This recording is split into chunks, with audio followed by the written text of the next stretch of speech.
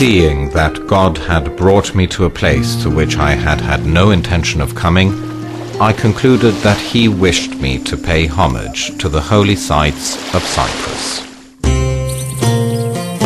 In the UNESCO World Heritage List, one encounters 10 Byzantine churches nestled in the Troodos Mountains, all characteristic examples of Byzantine and post-Byzantine art in Cyprus.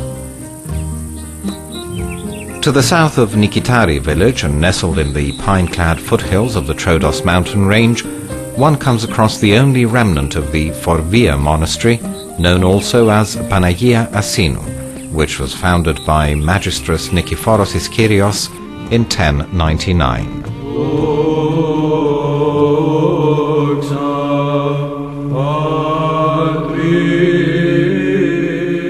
The church is a small, single-vaulted building, replete with frescoes painted during the 12th and 14th centuries. The Church of Panagia Asinu may be weighted down with centuries' worth of history, but that has not prevented it from being, even today, a site for worship and ecclesiastical functions.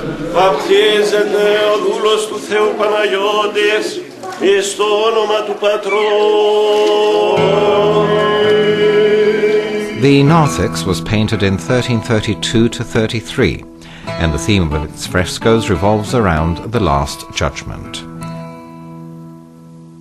The many icons donated by believers make the narthex look like a large portrait gallery.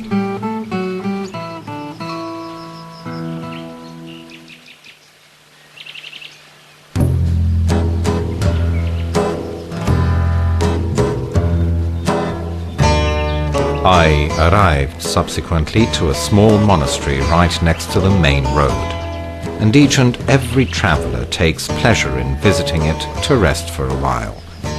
It features a small church with a tiled roof, given the snow and frost which descends upon the area in winter. The founder of the monastery of Panagia Eleusa in Podithou was Greek military officer Dimitrios de Koron, then in the service of King James II of Cyprus. The church was never completely adorned with wall paintings. Frescoes today exist primarily in the sanctuary. These wall paintings are considered some of the finest examples of the Italo-Byzantine school in Cyprus. I then arrived in another part of the country known in educated Greek as Myrianthusa, but in the Greek of everyday parlance as Marathassa. This is indeed the most glorious part of Cyprus, featuring a large number of monasteries, churches and clergymen, abundant forests, springs and high mountains, and a very healthy climate.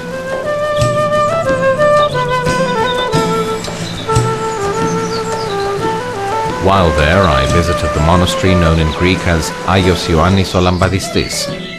It was named so after the village of Lambadis, where the saint was born.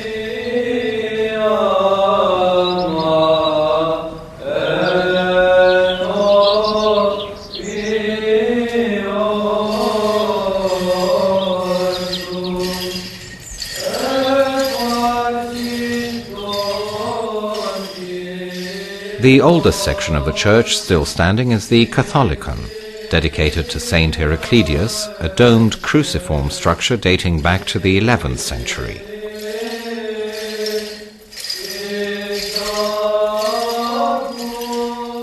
The Catholicon of Saint Heraclidius also features a particularly significant old iconostasis. It's the oldest known wooden iconostasis, adorned with coats of arms, animals and other features, and dates back to the 13th to 14th centuries. The entire building comprises a complex of 3 churches linked among them. These are the Catholicon itself, the chapel of St. John Lambadistis, and the so-called Latin or Akathist hymn chapel, built in the 15th century. The chapel features almost all the artistic trends prevalent in the 16th century. At some points we see clear examples of Western art, and at others Italo-Byzantine, which possibly could be the work of the same crew or team as that responsible for Podithu. And finally, Byzantine technique, as this is represented through the Tree of Jesse on the western wall. Needless to say, the prevailing theme in this chapel is the Akathist hymn. 1735. I then descended further as part of my pilgrimage. I, the least of monks, Muscovite Russian and citizen of Kiev, Vasil.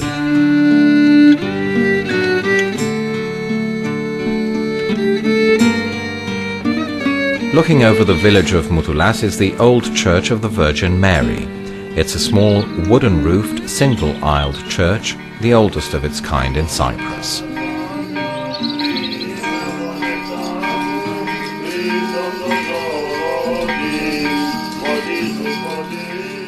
The frescoes, dating back to 1280, are a mixture of local traditional style reminiscent of folk art and an intense Eastern influence in the so-called Crusader style, all adorned with representations of the multicolored Cypriot weaves.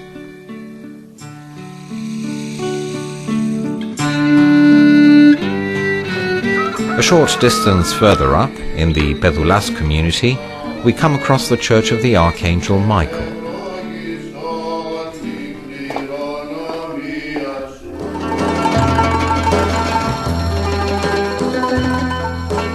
According to the dedicatory inscription, the church was decorated in 1474 by a painter named Minas, hailing from Miriamthusa. He appears to have been an artist particularly conservative and faithful to the Byzantine tradition. Of particular mention in this church is the local rendition of the Virgin Mary of Orans, the Panagia Vlachernitissa.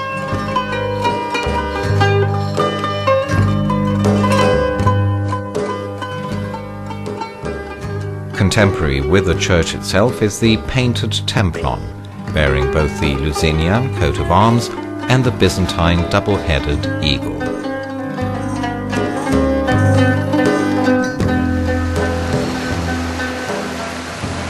Let it be known that there are many small rivers in Cyprus, the largest of which number 7 or 8, and having their headwaters in the majestic Mount Troodos.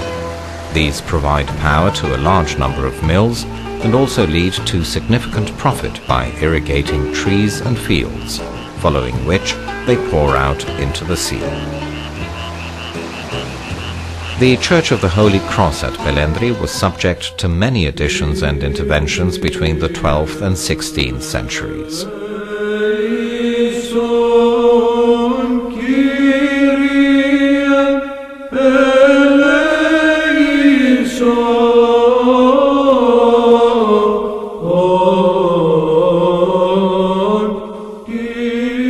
In 1178, the main arch was adorned not with the platitera, but with the deisis, an extremely rare depiction in this part of the church by Cypriot standards.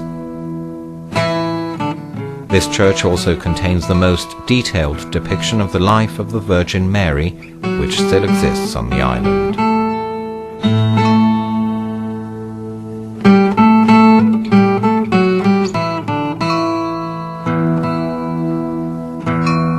At the northeasternmost point of Balechori village, one comes across the church of the Metamorphosis of the Saviour. The unknown artist who probably engaged in this work during the 3rd decade of the 16th century is arguably one of the best representatives of the Cypriot school of art.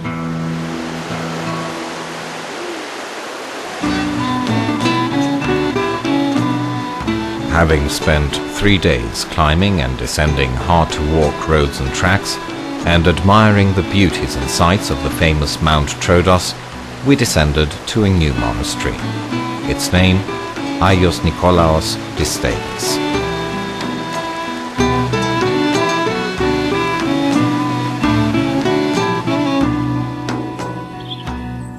The church of Aios Nikolaos Distekis is the only surviving remnant of an old monastery founded in the 11th century.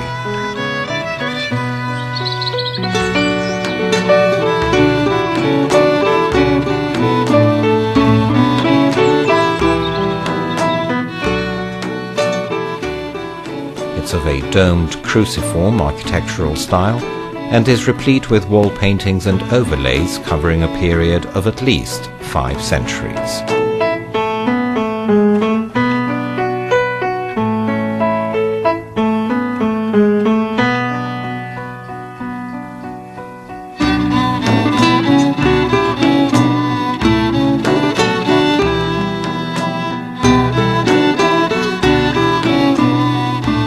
Having moved on and coming down on the other side of the mountain, I arrived at yet another monastery dedicated to the Virgin Mary, the Panagia Dwaraka.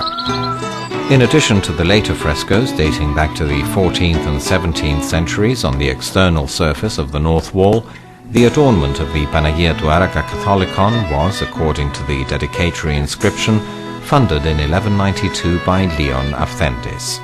Most Byzantinologists are of the opinion that the artist was well-known iconographer Theodoros Apsevdis.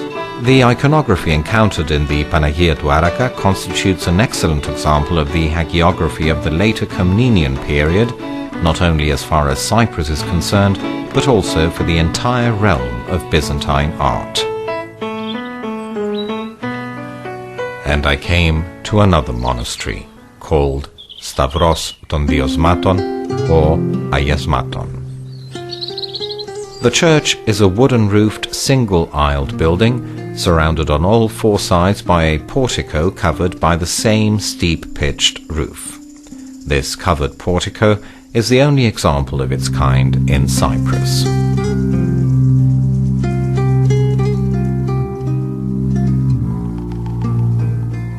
The adornment of the church was undertaken by a Hellenized Syrian Orthodox artist, Philippos Wool, in 1494 or 1505.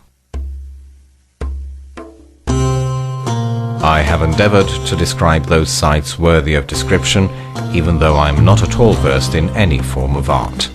I pray to the Maker that he may help me also describe the remainder of my journey.